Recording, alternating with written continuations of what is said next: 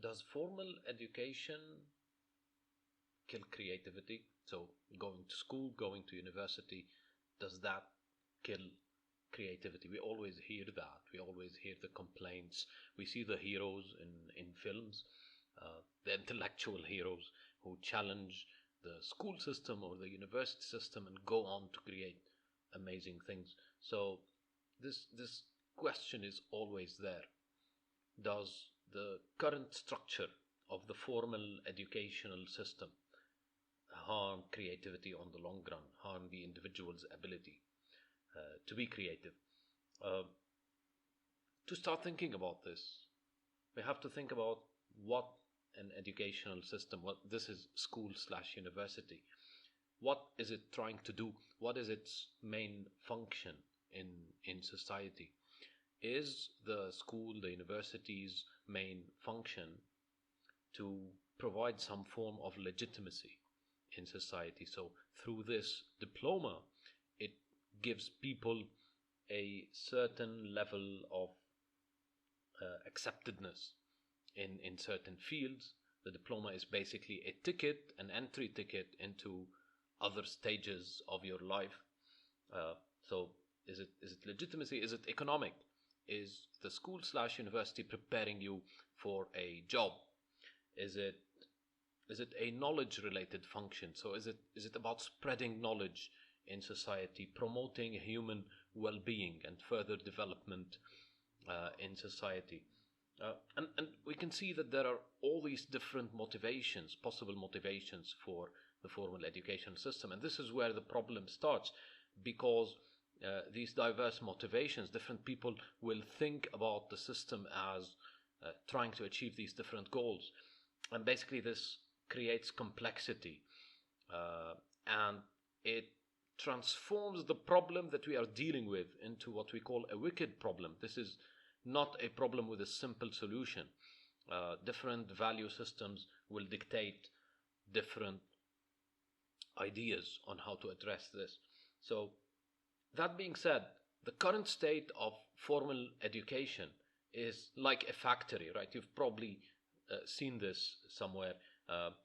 Students go in, something happens, and then they go out changed and ready for the next stage. Why does it have the factory model? What is the advantage of the factory model? Well, the factory model is efficient, it's fast, doesn't cost a lot, and it achieves this through high degrees of standardization.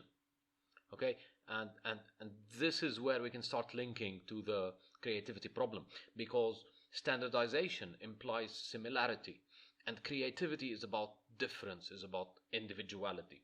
And so in trying to solve a certain problem efficiently, the educational system does away with a certain degree of individuality, and this is partly where creativity starts to die. I will elaborate on this in a minute.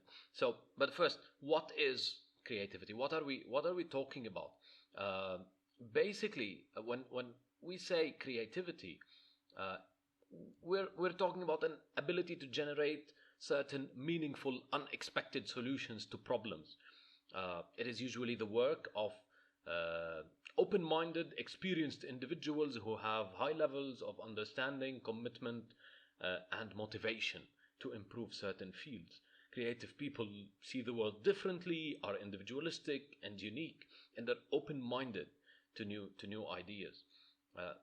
Again, being too limited in your thinking, or being too driven by the need to conform to certain social expectations, will tend to lead to lower creativity. Repetition over a long period of time, such as the periods we spend in the formal educational system, 12 years, 4 years, 7 years, non-creativity tends to become a habit. The existing formal educational system is like an iron cage, right? There are certain factors that tend to kill creativity. Look at all these restraints. One, they have fixed preset curricula that teachers, educators have to finish within a certain limited amount of time. We try to aim the level of instruction at the average student than trying to help people on the extremes who are one or two standard deviations away from the average individually, whenever possible, not always. And the system has a lot of social pressure to conform because of the way it is constructed, because of this aggregate nature.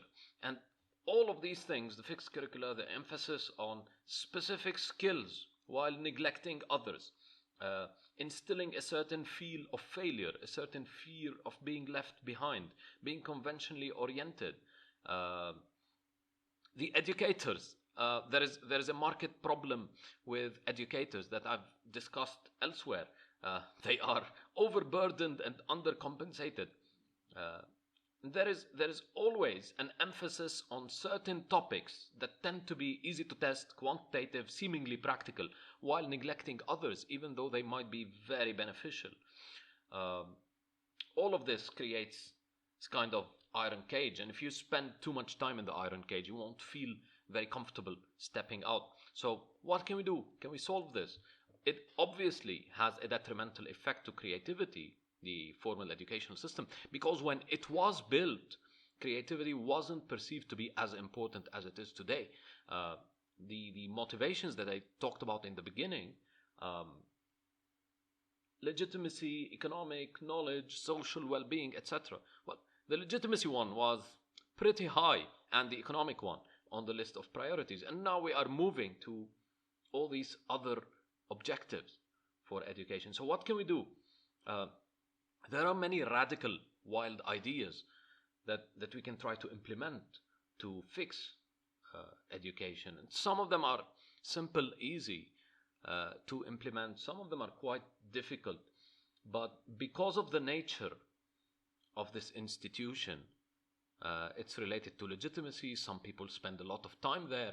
It tends to be very resistant to change. And this is part of the problem, and it can be linked to the issue with creativity as well. So here are some random ideas. Can we have open timelines? Why a fixed school year? Why a fixed semester? Why not open timelines? It seems to me that these fixed timelines are too much a remnant of the factory model. What if we have a more direct individual relationship between student and teacher, and removing part of the burden of the educator that can be outsourced or linked to certain technological tools, to certain tech tools, and compensating for that with individual supervision? Can we have hybrid curricula that are made of required material and optional material, giving students more control over their learning trajectory? Can we have more arts and humanities for people who need, and more work into integration for people who are interested in that? So we can have groups that try to achieve certain work-related things in the market or elsewhere. We need to have many more challenges and a bigger challenge variety for students. Now, how this could be built into the system is a problem. As I said, some of these are simple, they can be implemented, but some of them need a radical approach or a radical re-evaluation of what the whole educational system is trying to achieve. Because it is resistant to change, because there are so many different stakeholders, parents, students, educators, businesses, factories, whatever, public service individuals, politicians, it is very hard to change it. And so this is partly why we're stuck. And till the time where we can have a sustainable, systematic approach that fixes these problems, that fixes the inertia that we are stuck with, we will need to rely on what I call the heroes. And these are the educators that take it upon themselves to add a degree of magic and flair to their classrooms and to their instruction.